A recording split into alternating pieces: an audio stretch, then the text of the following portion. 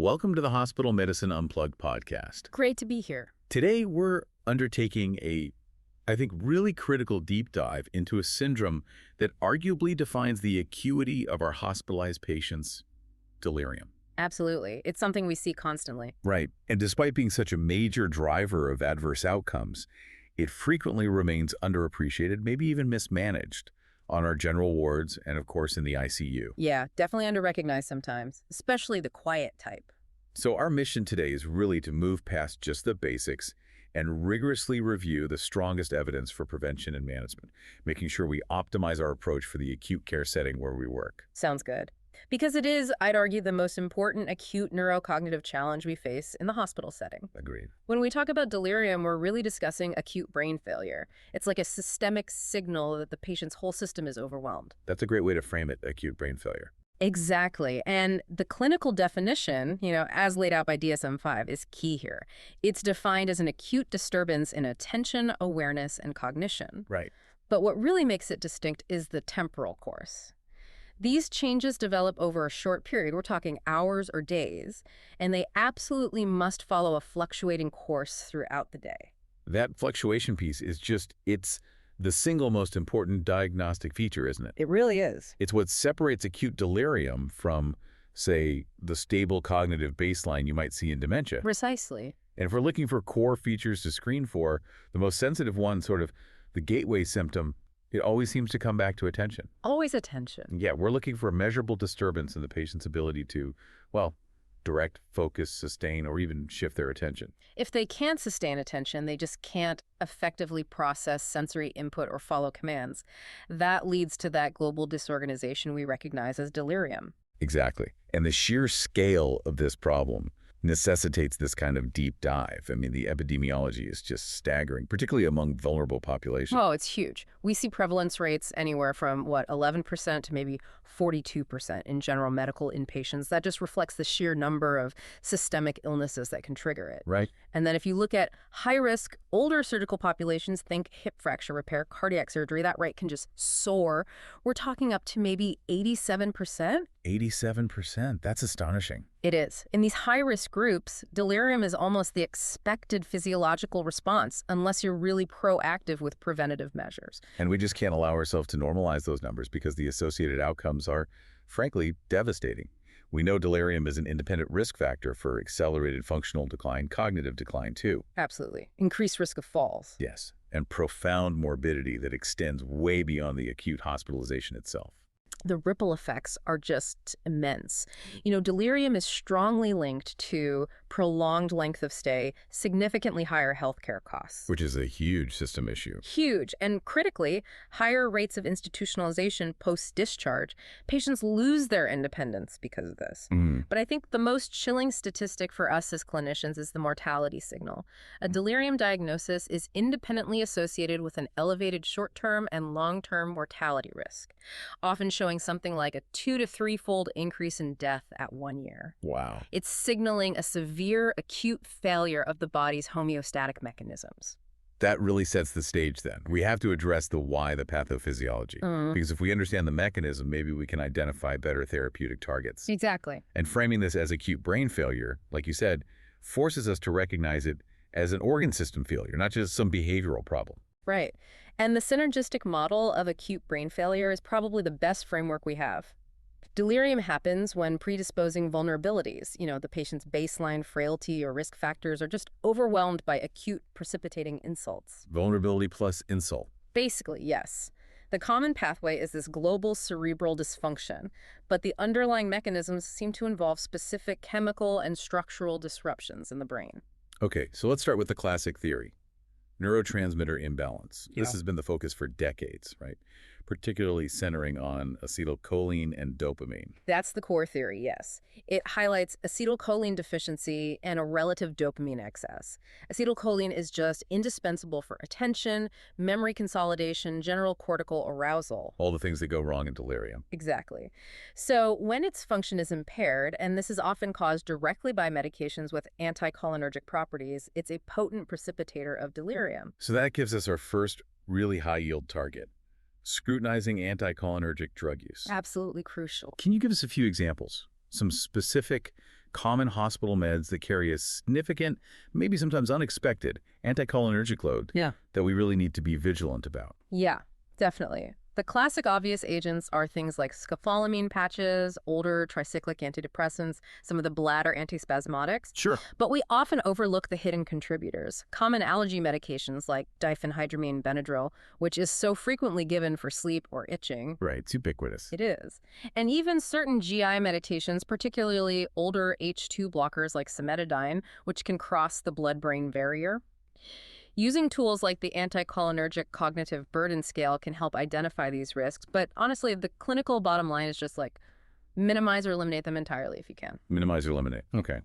And the other side of that equation you mentioned was dopamine excess. How does that fit in? Well, dopamine excess, or maybe a relative excess compared to acetylcholine, seems to contribute to cortical overactivity. It's often thought to be secondary to the inflammatory cascade, stress, or maybe the use of dopamine agonizing medications. Like Parkinson's meds. Sometimes, yes. This imbalance further disrupts that finely tuned regulation needed for attention and coherent thought. And while we focus a lot on ACE deficiency, the overall picture probably involves dysregulation across multiple systems, including GABA, which controls inhibitory processes. Okay. And this is precisely why benzodiazepines are so dangerous in general delirium. They potentiate GABA, leading to further global CNS suppression, which is really the opposite of correcting the underlying cognitive deficit. You're just sedating the problem, not fixing it. That makes sense. Okay, moving beyond just the chemical imbalance, more recent research focuses really heavily on neuroinflammation, right? We often see delirium in the setting of severe infection or major surgery.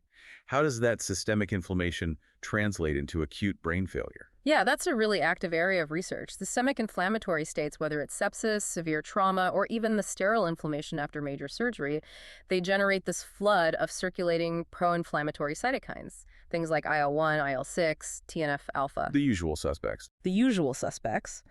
And these mediators seem capable of crossing a potentially compromised blood-brain barrier, especially in older adults or those with underlying issues. Okay. Once they get into the CNS, they directly activate the local immune cells, the microglia. Which are basically the brain's resident immune guards, right? Precisely. And in older adults, or maybe those with underlying neurodegenerative disease, these microglia are often already in a state of what we call microglial priming. Priming, meaning they're sort of on edge already. Exactly. They're already on high alert due to age-related changes or prior insults. This makes them hypersensitive to new systemic inflammatory signals. So when those peripheral cytokines arrive, the primed microglia basically overreact. Wow. They release even more inflammatory mediators within the brain, disrupting neuronal signaling, altering neurotransmitter synthesis, and causing this acute, widespread cerebral dysfunction. It's like an acceleration of the normal illness-brain interaction. So if we connect that inflammation and the chemical disruption we talked about, the highest level consequence seems to be this idea of brain network disconnectivity. What does that actually look like functionally? Yeah, it's less about a specific focal lesion, like a stroke. Instead, functional imaging like fMRI and quantitative EEG studies frequently show diffuse cortical slowing and a breakdown in functional connectivity. Meaning different parts of the brain aren't talking to each other properly. Essentially, yes. Delirium seems to reflect impaired communication between key nodes in the brain responsible for attention and executive function, like the prefrontal cortex and the posterior parietal areas. The brain is literally failing to integrate sensory and cognitive information coherently. Which leads directly to the characteristic disorganized thinking and inattention we see clinically. Exactly. Okay, this detailed pathophysiology then guides us directly to the risk factor model, which is probably the most practical tool for us clinicians, especially for prevention. Yeah. We really have to internalize that synergistic relationship you mentioned between the predisposing factors and the precipitating factors. That's the critical takeaway for prevention. A highly vulnerable patient requires almost no acute trigger. Sometimes just being in the hospital environment is enough to tip into delirium. Right. So let's break those down. The predisposing factors, these are the non-modifiable baseline risks we need to assess when a patient comes in. Correct. These include, obviously, advanced age. But critically, pre-existing cognitive impairment or a known diagnosis of dementia. That's a huge one. A major red flag. A major red flag. Also, a prior history of delirium itself indicates high susceptibility. Clinically, we also need to look at severe illness scores like APASI scores in the ICU or the ASA physical status classification, which we use often preoperatively, Right, the ASAs. or baseline functional impairment, meaning are they already struggling with activities of daily living before they even got sick? That makes sense. And sensory deficits, poor vision or hearing, those are often completely missed, aren't they? Yet they seem like major but potentially correctable predisposing factors. They absolutely are major and often missed. Sensory impairment deprives the brain of crucial context and orienting input. It just exacerbates the disorientation. So making sure someone has their glasses and hearing aids is actually a delirium prevention strategy. A very effective one. And conversely, the protective factor seems to be high cognitive reserve, which often correlates with higher education levels. It seems to buffer the brain against some of these acute insults. Interesting. Okay, now for the precipitating factors, these are the modifiable insults where we actually have leverage. Which ones are the highest yield targets for our interventions? Medications remain paramount, right at the top of the list. Acute changes, and some studies define this specifically as the addition of 3 or more new drugs within a short period, dramatically increase risk. 3 or more new drugs. That's a concrete number to keep in mind. It is, and again, the key culprits consistently are anticholinergics, sedative hypnotics, and opioids. We have to be so careful with those classes. And regarding benzodiazepines, Yeah. you mentioned avoiding them earlier. Yes, we have to be incredibly strict here. Outside of verified alcohol or benzodiazepine withdrawal, these agents absolutely must be avoided. The evidence associating them with increased incidence and prolongation of delirium is just overwhelming. Even though they might quiet down an agitated patient temporarily. Exactly. It's a short-term gain for a potential long-term loss in cognitive function. That's a tough clinical discipline to maintain sometimes, especially when a patient is very agitated. But the long-term cognitive risk really dictates that need for restraint, doesn't it? It really does. Okay, what about the non-medication triggers we need to be diligently hunting down? Infections are always high on the list, often deceptively simple ones like an asymptomatic UPI or maybe a mild pneumonia that isn't causing obvious respiratory distress yet. So you need to look even if the signs aren't overt. You do. We also search for metabolic derangements, hypoxia, hyperglycemia, and critically, severe electrolyte abnormalities like hyponatremia. Dehydration and poor nutritional status are also often overlooked, particularly in frail older patients who might be MPO for procedures or just not eating well. Things that are common in hospitalized patients. Very common. And finally, what about the iatrogenic risks? The things we do in the hospital environment that contribute. Yeah, this is where we have direct control. Iatrogenic factors include untreated or maybe undertreated acute pain, which massively increases stress and inflammation. Pain control is key. Absolutely. Severe sleep deprivation, which is almost a certainty in the hospital environment with all the noise and interruptions. Unfortunately, yes. And the use of physical restraints or unnecessary indwelling devices like urinary catheters. These physical constraints and constant interruptions fundamentally remove the patient's sense of agency and control, increasing their disorientation and directly precipitating delirium. So mitigating these modifiable factors, meds, infection, metabolic issues, pain, sleep, minimizing tethers, that's really the heart of prevention, isn't it? It absolutely is. Prevention is key. Okay, this brings us logically to detection, because you mentioned earlier it's often the biggest hurdle. Delirium is profoundly underrecognized, especially that quiet hypoactive subtype. That's right. So if we're educating our fellow physicians listening, how do we reliably detect it? And what are the key clinical presentations we need to be aware of? Well, the anchor always remains that DSM-5 definition, emphasizing the acute onset and that crucial phenomenon of fluctuation. Fluctuation again. Fluctuation. It means the severity of symptoms changes, sometimes hour by hour or maybe day by day. The patient might seem lucid at 8 a.m. but be deeply confused by 4 p.m. That's the key difference from the typically stable, slow decline you see in non-acute dementia. Okay, and when we talk about the actual presentation, the DSM-5 recognizes 3 essential psychomotor subtypes. The one we probably all recognize and react to is the hyperactive type. Yeah, the hyperactive subtype is the classic sort of textbook picture. Agitation, extreme restlessness, maybe yelling, sometimes visible perceptual disturbances like hallucinations or picking at things. This subtype is rarely missed, right? Because the behavior is disruptive. Exactly. It necessitates immediate intervention, usually for safety reasons. But the real clinical danger, you hinted at this, lies with the hypoactive subtype, which is apparently the most common presentation, especially in older and frail adults. The hypoactive subtype is indeed far more prevalent, and unfortunately it's associated with the worst outcomes, precisely because it is so easily missed. Why is this so often? Because these patients are characterized by lethargy, reduced motor activity, apathy, a kind of withdrawn state. They're often just dismissed as being just tired, maybe depressed, or just quietly demented. Right. Oh, he's just sleepy today. Exactly that. And if staff don't proactively use a validated screening tool, these patients suffer delayed recognition, which means delayed workup, delayed intervention, leading to longer delirium duration and much worse long-term outcomes. Okay, so hypoactive is common, dangerous, and easily missed. And then there's the mixed subtype.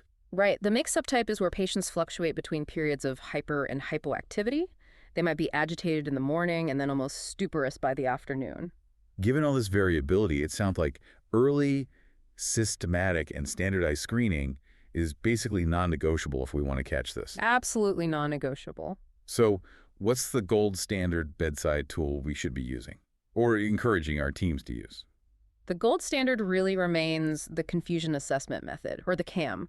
It's by far the most studied and validated tool across general medical and surgical settings. The CAM. Yes, and when it's correctly administered by personnel who've been trained on it, the CAM boasts exceptionally high sensitivity. We're talking 94% to 100%, and really good specificity, maybe 90% to 95%. It's incredibly reliable for confirming the diagnosis. Okay, for the benefit of everyone listening, let's explicitly clarify the 4 features of the CAM again. Since we're targeting clinicians, we need to emphasize which features are absolutely mandatory for the diagnosis. Good point. Okay, so the CAM requires the presence of 2 mandatory features, features 1 and 2, plus one of the remaining 2 features. Got it. 2 mandatory plus one of the other 2. Exactly. Feature 1 is acute onset and fluctuating course. That has to be present. Feature 2 is inattention. That also has to be present. Okay, acute onset fluctuation, AND, inattention. Mandatory. Mandatory. Then you must have either feature 3, which is disorganized thinking, things like difficulty tracking conversation, rambling, or illogical ideas, Right. or feature 4, which is altered level of consciousness. And that means anything other than alert. So vigilant, hyper-alert, lethargic, drowsy, stuporous, difficult to arouse, or even comatose. So 1 and 2 are essential, plus either 3 or 4. Correct. If you don't meet the first 2 criteria, acute onset fluctuation and inattention, the patient does not have delirium by CAM criteria, even if they seem confused. That clarity is really essential for using the tool correctly. Now, for environments where maybe the full CAM might be slightly cumbersome, or perhaps where a rapid initial screen is needed, like in the ED, are there faster alternatives? Yes, there are. For rapid initial screening, especially maybe in the emergency department or when a patient is transferred, the 4AT is quite widely used. 4AT. Yes. It requires a bit less formal training than the CAM and offers a quick assessment across attention, alertness, orientation, and acute change. It's validated in multiple settings. Okay. We could also mention the NEWT ESC, the Nursing Delirium Screening Scale. That one's excellent for integration into routine nursing assessments as it uses structured observations of consciousness, orientation, psychomotor activity. So nurses can flag potential cases easily. Exactly, though clinicians just need to be aware it might potentially underdetect the hypoactive form sometimes as it relies heavily on observation. But the essential point really is adopting some consistent, standardized approach, not just relying on a gut feeling or a general impression of confusion. Right. Use a tool. Okay, so once we've confirmed the diagnosis using a validated tool like the CAM or maybe screened positive with the 4AT, the diagnostic workup needs to be swift, targeted, and really focused on reversible causes. We need to resist that temptation for the generalized pan scan, right? Absolutely. The workup must be hypothesis-driven, based on the patient's presentation and history.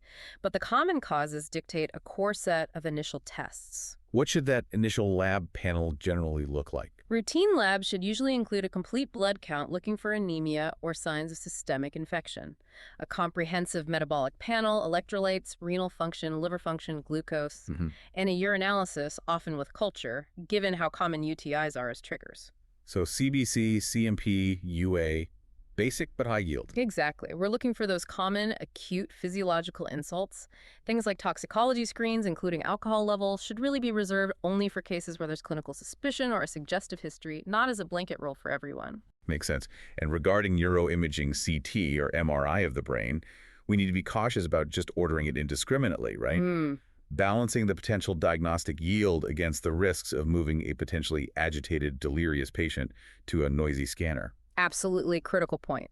Brain CT or MRI should be reserved for specific high-yield indications, Such as any patient presenting with new focal neurological deficits Right. or new onset seizures, documented head trauma, obviously, or a high clinical suspicion of some acute intracranial pathology like a bleed, a stroke, or maybe a mass lesion. But not just patient is confused, let's get a head CT. No, routine imaging for every single case of delirium is generally low yield and definitely increases iatrogenic risk, taking them off the floor, potential agitation in the scanner.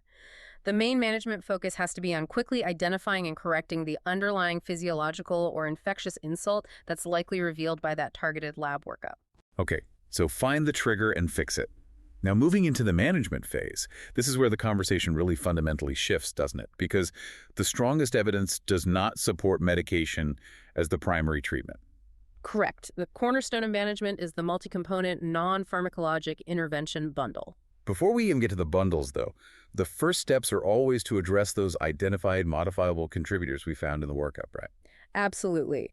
Treat the infection, correct the hyponatremia, stop the offending medications. That's job one.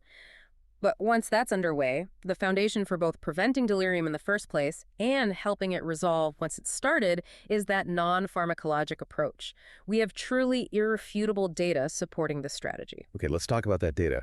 What are the meta-analyses telling us about the efficacy of these structured bundles compared to just usual hospital care? The evidence is remarkably robust, and it's consistent across multiple settings: medical wards, surgical wards, even ICU step-down. Multi-component non-pharmacologic interventions, often formalized in programs like the Hospital Elder Life Program or HELP. HELP, yes, heard that. They've been shown to reduce delirium incidence by approximately 43%. 43% reduction. Yes. That translates to a risk ratio of about 0.57. That is a massive, clinically relevant effect size for a prevention strategy. It really emphasizes that organizing care systematically is probably the most effective therapeutic intervention we possess for delirium. That's powerful, and it validates why we absolutely must spend significant time detailing these interventions. Let's break down the key element that actually constitute these effective bundles, like HELP. Okay, we can group them into maybe 6 core areas.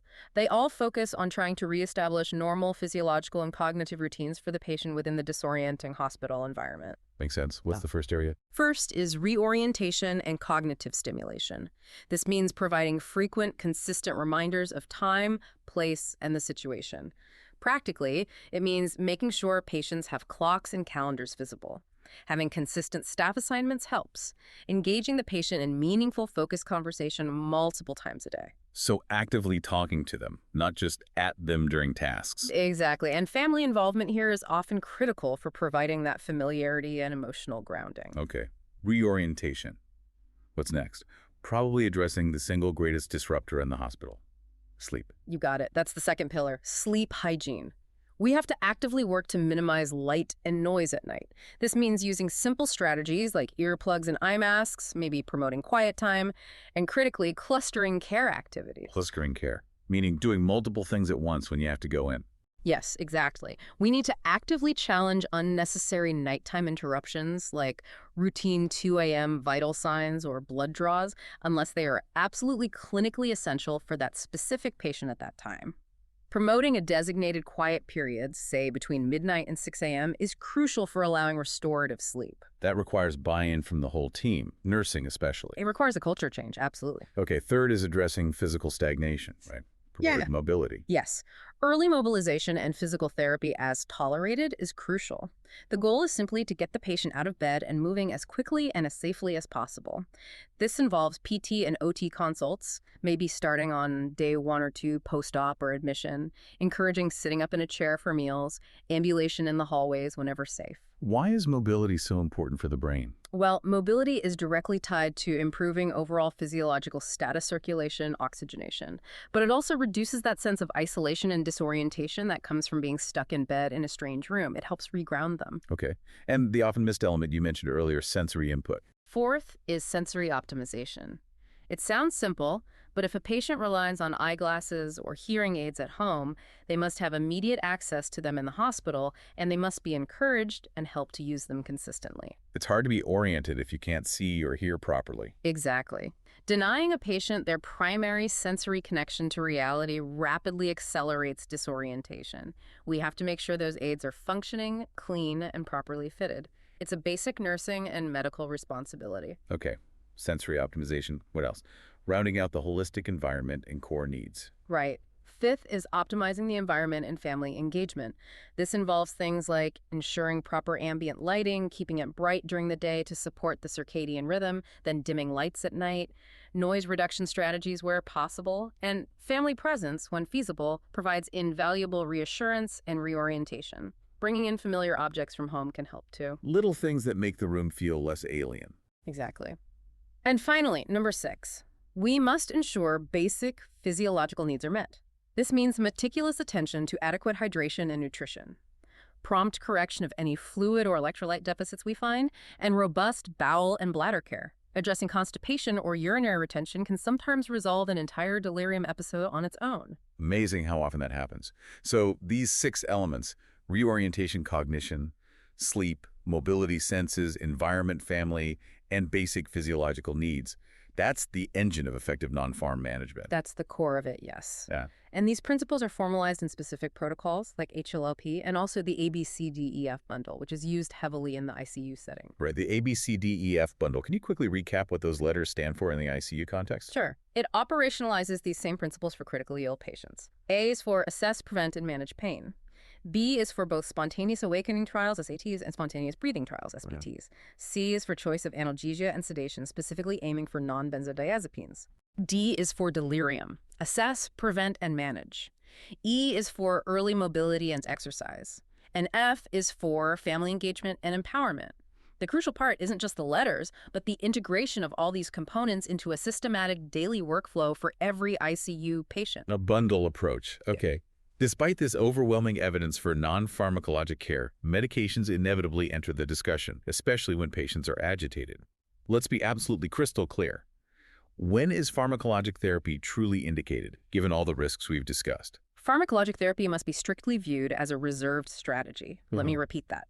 It is not a treatment for the delirium itself. It is purely a tool for acute symptom control. Symptom control only. Only. Its use should be limited to situations of severe psychomotor agitation that constitute an immediate threat to the patient's safety or staff safety, things like pulling out central lines, trying to climb out of bed when unsafe aggressive behavior, or attempting to self-extubate in the ICU. Okay, immediate danger. Or perhaps when the agitation fundamentally prevents essential medical care, like needing to get a critical scan or procedure done.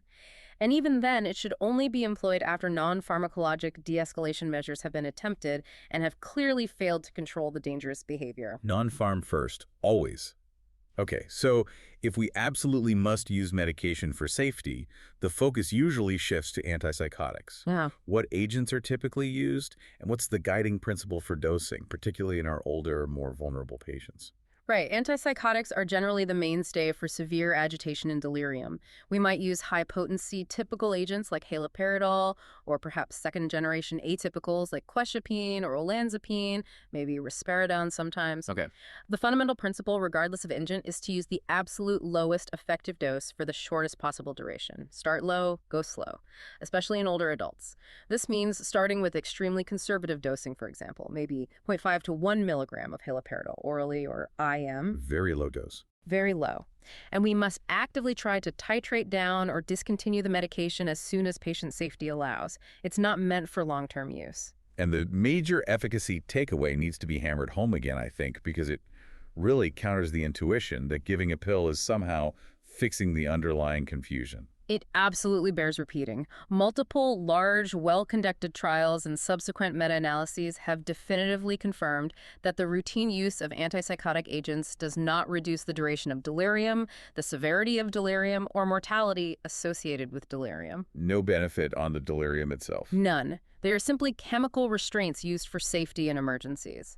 And we have to maintain extreme caution because of the risks associated with them. What are the main risks we need to monitor for? Well, there are extrapyramidal symptoms, EPS, especially with higher potency agents like haloperidol, things like dystonia, akathisia, Parkinsonism.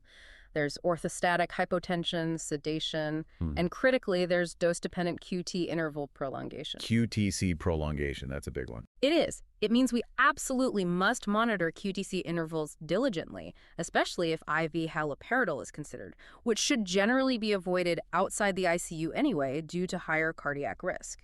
And we also have to remember that atypical antipsychotics carry that FDA black box warning regarding increased mortality risk when used for dementia-related psychosis in older adults.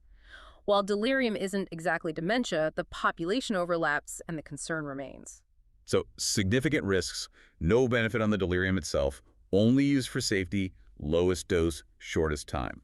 That's the message for antipsychotics. That's the concise summary, yes. Okay. This brings us back to the benzodiazepines.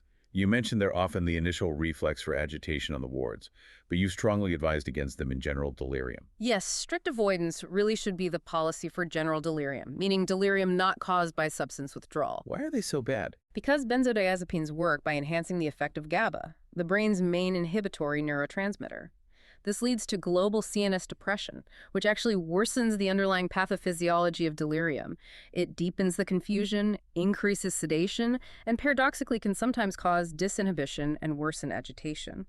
They're strongly associated with increased risk of delirium, longer duration of delirium, and worse clinical outcomes.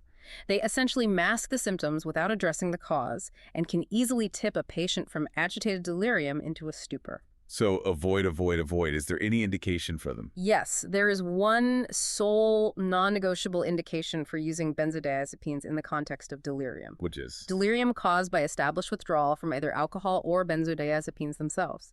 In that specific situation, benzodiazepines are necessary first-line treatment to manage the withdrawal symptoms and prevent potentially life-threatening complications like seizures, arrhythmias, and severe autonomic instability. Okay. Only for alcohol or benzo withdrawal. That's it. That is it. Using them for any other type of delirium is generally contraindicated and potentially harmful. Are there any other maybe newer or less common agents that sometimes get discussed for refractory non-withdrawal delirium? Yeah. Cases where antipsychotics aren't working or are contraindicated, just so we're aware, even if the evidence is thin? Yeah, it's a tough situation when you have refractory hyperactive delirium. In those cases where standard antipsychotics are ineffective or maybe contraindicated due to extreme QTC prolongation or severe EPS, some clinicians might cautiously explore other options. Agents like gabapentin or valproic acid are sometimes considered. Why those? They act on inhibitory pathways, potentially calming neuronal hyperexcitability, but through different mechanisms than benzos. However, the evidence supporting their use in delirium is really highly limited, mostly observational or small case series. They carry their own significant risks of sedation, dizziness, confusion, and toxicity, especially valproate. They are definitely not standard recommended therapy. So off-label, limited evidence, used with extreme caution, if at all. Exactly. For our purposes today, the focus really remains firmly on non-pharmacologic interventions first, and then judicious, careful use of antipsychotics only for safety when absolutely necessary. Got it. And finally, in the pharm section, what about those sleep restorative agents? Melatonin, or the melatonin receptor agonist Rameltine. They're often championed anecdotally or in some smaller studies to help restore circadian rhythm. What's the verdict there? Yeah, there's been interest in those, but currently the overall evidence is just not strong enough to support the routine use of melatonin or Rameltine for either the prevention or the treatment of delirium severity, duration, or mortality across the board in hospitalized patients. So not a standard recommendation yet. Not yet. While some smaller trials, particularly in specific surgical or ICU populations, have suggested a possible reduced incidence of delirium with prophylactic use, we lack convincing large-scale definitive data to recommend it as a standard prophylactic or treatment agent for most patients. We really need to prioritize those active sleep hygiene measures we talked about, the non-pharmacologic stuff, over just routinely giving a melatonin supplement. Focus on the basics of sleep hygiene first. Okay, let's transition now to thinking about special contexts, beginning with the intensive care unit. Delirium in the ICU is almost a certainty for many patients, isn't it? And we know it's associated with profound long-term cognitive morbidity. Yes, ICU delirium is incredibly common and requires specialized mandatory vigilance. Because many ICU patients can't communicate verbally due to intubation or sedation, standardized, validated screening tools are absolutely essential. Which tools are used in the ICU? The most common and validated are the Confusion Assessment Method for the ICU, which is the CAM-ICU, or the Intensive Care Delirium Screening Checklist, the ICD-SC. These tools are designed to allow clinicians and nurses to screen nonverbal or mechanically ventilated patients reliably. So routine screening with CAM-ICU or ICDSC is standard of care. It should be, yes. And the established evidence-based management framework in the ICU is that comprehensive ABCDF bundle that we briefly touched upon earlier. Implementing all parts of that bundle consistently has shown significant improvements in outcomes, including reduced delirium duration. And focusing specifically on the C in that bundle, choice of analgesia and sedation, particularly for mechanically ventilated patients. The agent choice itself seems to have a direct impact on delirium risk, right? Yes, this is a critical distinction that's emerged over the past decade or so. Critical care guidelines now conditionally recommend the use of the sedative dexmedetomidine over traditional benzodiazepines like lorazepam or midazolam for sedation in mechanically ventilated adult patients. Dexmedetomidine preferred over benzos for sedation. Anyway, dexmedetomidine is an alpha-2 agonist. It tends to provide what's sometimes called cooperative sedation. Patients are calm, but often more easily rousable and interactive than with deeper benzo sedation. Multiple studies have consistently shown that using dexmedetomidine-based sedation strategies is associated with both reduced incidence and shorter duration of delirium compared to benzodiazepine-based strategies. And does that translate to better outcomes? Yes, it seems to lead to earlier extubation, shorter ICU stays, and potentially better long-term neurocognitive outcomes, although more research is ongoing there. But the signal for less delirium is quite clear. Okay, so preference for dexmedetomidine in the vented patient if sedation is needed. Now, shifting focus from the ICU to the surgical floor. Post-operative delirium is another huge area. This population has a massive predisposing factor, the insult of anesthesia and major surgery itself. Absolutely. Postoperative management really has to be preemptive, focusing on perioperative optimization to prevent delirium from occurring in the first place. What do those prevention protocols look like? They should include aggressive early mobilization starting on post-op day 0 or 1 if possible. Optimized non-opioid pain management regimens are key, using regional anesthesia techniques like nerve blocks whenever appropriate, multimodal analgesia with acetaminophen, NSAIDs, if safe, maybe gabapentinoids, all to minimize the need for high-risk opioids and sedatives. Minimize opioids and benzos, maximize non-opioid pain control. Exactly. And strict avoidance of other high-risk medications like anticholinergics and benzodiazepines, both in the preoperative holding area and postoperatively. Furthermore, integrating geriatric principles into surgical care is proving very effective. How so? Through things like proactive geriatric consultation for high-risk older adults undergoing major surgery, or even establishing dedicated geriatric co-management services on surgical floors. These approaches consistently improve functional recovery and significantly reduce delirium incidence in these vulnerable patients. So a team approach with geriatrics involved helps. Okay, finally, we need to acknowledge the context of palliative and end-of-life care. Here, the goals of management often fundamentally shift away from reversal and towards patient comfort, right? That's exactly right. In the palliative setting, or when a patient is actively dying, the core goal changes. It becomes about minimizing suffering, maximizing comfort, ensuring safety, and upholding dignity. So the approach to delirium might change? It does. While non-pharmacologic comfort measures like a calm environment, family presence, gentle reorientation if helpful remain important, pharmacologic agents are often used more liberally and perhaps earlier for severe distress, agitation, or hallucinations that are causing suffering, even if the delirium itself is deemed irreversible due to underlying advanced illness. And which agents are typically used then? Still antipsychotics? Yes, antipsychotics, particularly haloperidol, are frequently favored in this setting. Haloperidol is often effective for controlling acute symptoms, it's relatively inexpensive, and it has multiple routes of administration, oral, subcutaneous, IM, IV, which is useful in end-of-life care. Atypicals like quetiapine or risperidone might also be used. The choice and dosing are entirely individualized, tailored to the patient's and family's stated goals of care, constantly balancing the desired symptom relief against potential adverse effects like excessive sedation. So it's about individualized comfort, not necessarily treating the delirium number. Precisely. The focus is on the patient's experience and quality of life in that moment. That distinction regarding the shift in goals is really vital. And just to close the loop on the whole topic, we absolutely must reiterate the long-term prognosis. We need to emphasize that delirium is not just a harmless, transient event that resolves completely when the patient leaves the hospital. No, it's truly a critical illness manifestation that leaves a long footprint, a lasting impact. We know that delirium often persists at the time of hospital discharge in over half of affected patients, sometimes requiring ongoing care or management in rehab or at home. Still delirious at discharge. Often, yes. And the longer-term data are quite stark. Patients who survive a delirious episode in the hospital face a sustained, significant risk of subsequent institutionalization needing nursing home placement. They face persistent cognitive impairment that can last for months, 3 months, 6 months, sometimes even up to 12 months or longer, especially after an ICU stay complicated by delirium. Persistent cognitive problems long after they go home. Yes, and furthermore, experiencing delirium is now recognized as an established independent risk factor for the subsequent accelerated development of dementia in individuals who were previously cognitively normal. And overall, it's associated with increased long-term mortality even after adjusting for other factors. So preventing and treating delirium aggressively isn't just about the hospital stay. It's fundamentally about protecting the patient's future cognitive health and independence. Exactly. It has profound long-term implications. Okay. So to try and synthesize everything we've covered in this deep dive today, the scientific consensus seems overwhelmingly clear.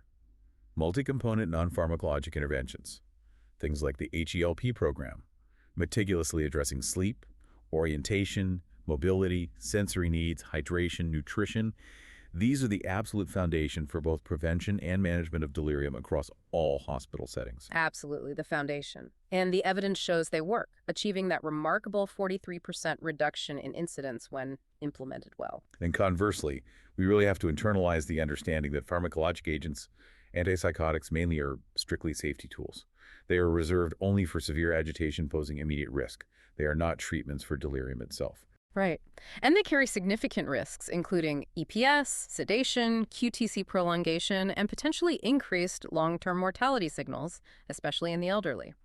Medication stewardship, actively deprescribing anticholinergics, sedatives, minimizing opioids, and optimizing the physical environment and basic care needs are truly the highest impact interventions we can perform as clinicians. So we've clearly established that the evidence for these multi-component prevention strategies, like GKLP, is robust.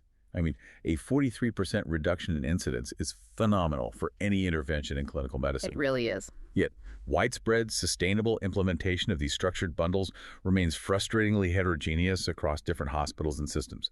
We know it works, but doing it consistently everywhere is the challenge. That's the implementation gap, isn't it? It is.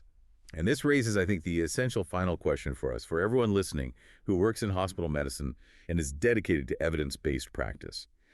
How do we successfully translate these highly effective, proven, non-pharmacologic system-level protocols into sustainable, routine, daily practice for all our at-risk patients, especially given the established, devastating, long-term cognitive morbidity associated with failing to prevent this diagnosis? That implementation science challenge really is the next crucial hurdle for hospital medicine, isn't it? How do we make the right thing the easy thing to do consistently? Exactly. A hurdle we absolutely must prioritize if we're truly committed to improving not just short-term hospital outcomes, but the long-term health and function of our patients. Couldn't agree more.